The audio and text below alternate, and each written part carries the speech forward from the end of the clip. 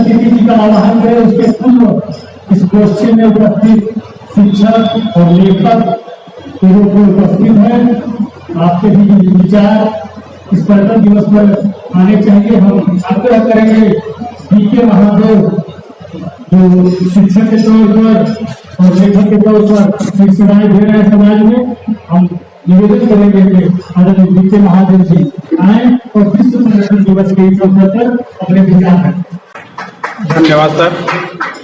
आज विश्व पर्यटन दिवस के अवसर पर मैं अपने मंचासीन समस्त मार्गदर्शकों का अभिनंदन करता हूं और इस समारोह में उपस्थित सभी सोनभद्र के दिग्गजों का हार्दिक अभिनंदन करता हूं। अभी मैसेज मुझे मिला था, विद्यालय टाइम था, मन बनाया कि निकलूंगा, पानी आ गया।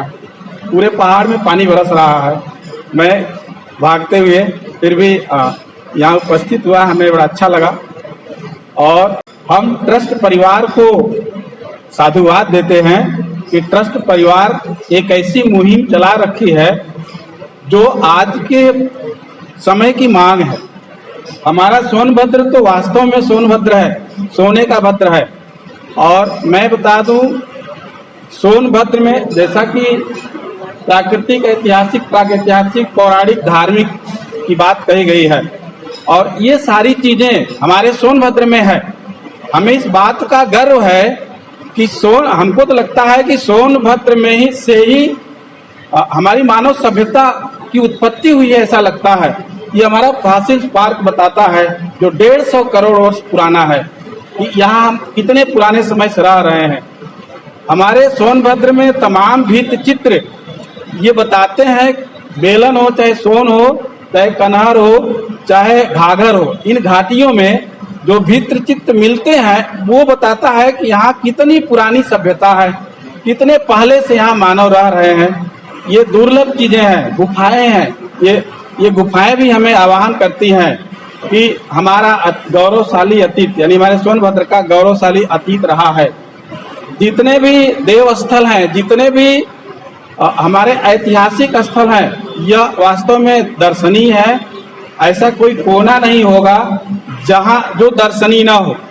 मैं तो सोनभद्र को उत्तर प्रदेश का उत्तराखंड मानता हूं अपने से, क्योंकि जो विषम भौगोलिक क्षेत्र है हमारे जनपद सोनभद्र का, यह सिर्फ और सिर्फ उत्तराखंड में ही दिखाई देता है और हमारे किसी उत्तर प्रदेश के जनपद में यह दृश्य नहीं दिखाई देता है। अभी ओम पर्वत पर आप चले जाइए, लगेगा कि आप पूर्वोत्तर के किसी राज्य के किसी टॉप पर चढ़े हैं। आप विजयगढ़ किला पर चले जाइए, आपको लगेगा कि आप जम्मू कश्मीर के किसी टॉप पर खड़े होकर नजारा देख रहे हैं या फिर उत्तराखंड के किसी एक स्थान पर। तो हमारे सोनभद्र में पर्यटन की अपार संभावनाएं हैं और इसको मैं कई पार्ट में देख सकता हूं। प्राकृतिक रूप से देख सकता हूं, जैसा कि पहला टॉपिक है, और सब लोग जानते हैं कि प्राकृतिक रूप से बहुत ढेर सारी चीजें हैं जिन्हें अगर हम संजोएं, थोड़ा थोड़ा पिकनिक स्पॉट टाइप का जैसे इको पॉइंट बना है वैसे ही अगर हम लोग इसको कहीं कहीं बना दें, बाहर से लोग आए तो उनको लगे कि नहीं ये एक स्पॉट यहाँ पर है पर्यटक का, तो यहाँ घूमने वालों की कमी नहीं है, यहाँ बाहर के पर्यटकों की कमी नहीं है। लेकिन कभी कभी वो भी भ्रमित हो जाते हैं कौन सा स्पॉट पर्यटन का है कौन सा नहीं है। तो यह चिन्हित करना और चिन्हित करके उसे प्रचारित करना भी हम लोगों का, यानी हम सब सोनभद्र वासियों का काम है कि ऐसे काम को आगे बढ़ाने की जरूरत है। जहां भी अभी मैं बता दूं, हम चेरुई के रास्ते से प्रतिदिन अप डाउन करते हैं। चेरुई में आप जाते हैं तो एक बेल है, बेल के नीचे एक मंदिर है, टूट गई है, वहां पे भी एक शंकर जी की प्रतिमा है, बेलवा बाबा के नाम से जाना जाता है। हालांकि मैंने नाम दिया है जंगलेश्वर महादेव फिलहाल, क्योंकि वो जंगल में है। तो वहां पर मंदिर बन रही थी लेकिन वन विभाग वालों ने तोड़ दिया फिलहाल। वही बगल में एक झरना है जिसे कोलदाहवा के नाम से जाना जाता है और बढ़िया झरना है। मैं आपको बता दूं उतना दिव्य झरना आपको फिर मच्छर मारा में ही मिलेगा, क्योंकि पूरे गर्मी में पानी झरना तो नहीं रहता है, लेकिन वहां से जो पानी का स्रोत है वो बहता रहता है और एसी जैसा ठंडा गर्मी में भी, यानी आपको भीषण गर्मी में भी वहाँ ठंडक मिलती है। ऐसे स्थानों को अगर हम संजो दें, वहाँ पर्यटकों को भीड़ लगी रहेगी। ऐसे ही सोनभद्र के दक्षिणांचल में भी बहुत ढेर सारे स्थान हैं जिसे हम पर्यटक के रूप में उसको केंद्रित कर सकते हैं। हमारे चौपन ब्लॉक के दक्षिण में चले जाइए, हमारे गांव की तरफ, क्योंकि मैं ग्राम पंचायत भरहरी का रहने वाला हूं, तो उधर जुगैल है। जुगैल के आगे पहाड़ी बेल्ट में बहुत दिव्य दिव्य स्थान है। और मैं बता दूं, अभी आप फासिल्स पार्क की चर्चा करते हैं, मैं फासिल्स फाल दिखा दूं आपको। हमारे जुगैल ग्राम पंचायत में फासिल्स फाल है, मतलब वो फासिल्स की चट्टाने हैं जिसमें से झरना गिरता है। और ऐसे दिव्य चीज देखकर आप भी ताज्जुब होंगे, करे ऐसा भी है। वो आप नगवा में चले जाइए, कदम कदम पर वो चीज मिलेगा। आप म्योरपुर में चले जाइए, आप बभनी दुद्दी में चले जाइए, वहाँ हर जगह हमको दिखाई देता है नेचुरल, जो प्राकृतिक रूप से है। अपने मुख्यालय पर तो है ही, तो जरूरत है कि हमें इन स्थानों को चिन्हित करके उन्हें हाईलाइट करना, ताकि बाहर के लोग आए तो उन्हें आसानी से पता चल सके कि नहीं हमें जाना कहाँ है।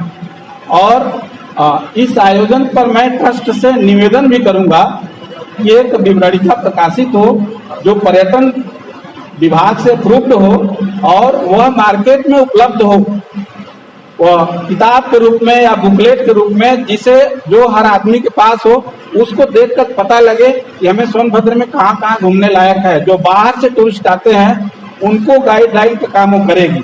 तो ट्रस्ट को मैं साधुवाद देता हूँ, धन्यवाद देता हूँ कि पर्यटन को बढ़ावा देने के लिए इस तरह का काम आयोजन कर रही है।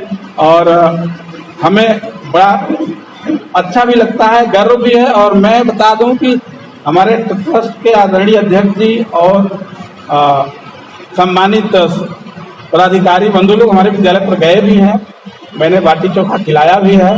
और अब तो थोड़ी सी एक कड़ी बढ़ी है, अब मेरा विद्यालय पीएम श्री भी हो गया है, थोड़ा सा केंद्र सरकार भी अपने उसमें ले ली है, तो हम लोग थोड़ा सा और उसको संवारने का प्रयास कर रहे हैं। और दूर नहीं है, मच्छरमारा के बगल में ही है, कभी भी आप आएंगे तो हम मच्छरमारा आप लोगों को घुमाएंगे।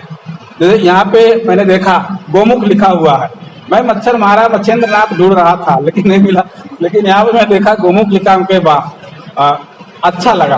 कुल मिलाकर देर से आए, लेकिन फिलहाल मैं इस कार्यक्रम का एक हिस्सा बना, इसके लिए मैं आप सभी का आभार व्यक्त करता हूँ। बहुत बहुत धन्यवाद। और मैं ट्रस्ट से अपेक्षित हूँ कि आने वाले समय में हमारे सोनभद्र को पर्यटन के रूप में एक अच्छा पहचान दिलाएगी। इसी के साथ बहुत बहुत धन्यवाद और आभार। निश्चित रूप से आपने जुगैल और भरहरी के क्षेत्र के बारे में जो पर्यटन स्थलों के बारे में बताया, उनका भी अद्भुत है, क्योंकि यात्रा उधर नहीं जाती है, लेकिन वो सब जनपद में ही है। और जुगैल क्षेत्र में कुंभा झरना है जुगैल और भरहरी के बीच में। आज भी रात में उसके झरने पर नाग नागिन आके उसके झरने का पानी रोक देते हैं। 2-3 किलोमीटर दूर वहां से जो गांव है, रात में ऐसे पानी रोक दिया जाता है, कोई अचानक फटता है तो झड़ाम से पानी की आवाज आती है। आज भी आप वहां रात में वो महसूस करते हैं, वहां नाग नागिन है, वो लोग पानी के झरने में रहते हैं, पानी का जुड़ना बंद हो जाता है, सुनाई नहीं देगा, फिर वो सब खेलते खेलते जब हटेंगे तो फिर झरने की आवाज आपको आएगी। ऐसे ऐसे अद्भुत स्थल और झरने इस सोनभद्र में है, इन सब का विकास नितांत आवश्यक है, लोग देखें। और निश्चित रूप से जब आप कोई काम करने आप चलते हैं और अच्छा काम और बड़ा काम तो बढ़ाएं,